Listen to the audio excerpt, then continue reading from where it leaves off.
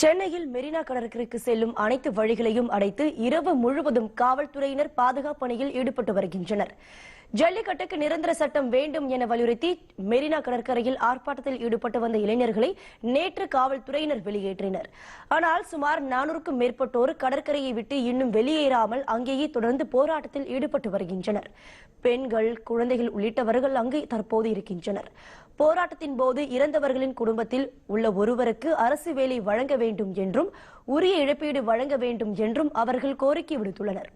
இந்நிலையில் வெளியில் இருந்து யாரும் கடற்கரைக்கு செல்ல முடியாதபடி மெரினாவிற்கு செல்லும் காமராஜர் சாலை, சாந்தோம் சாலை, திருவல்லிக்கேணி நெடுஞ்சாலை, ஆர்கே சாலை உள்ளிட்ட அனைத்து சாலைகளும் அடைக்கப்பட்டுள்ளன. அந்த சாலைகள் வழியாக செல்ல செய்தியாளர்கள் உள்ளிட்ட யாருக்கும் அனுமதி வழங்கப்படவில்லை. மேலும் காமராஜர் சாலையில் போக்குவரத்து முற்றிலும் நிறுத்தப்பட்டுள்ளது. இரவு முழுவதும் ஏராளமான காவலர்கள் பாதுகாப்பு பணியில் ஈடுபட்டு வருகின்றனர்.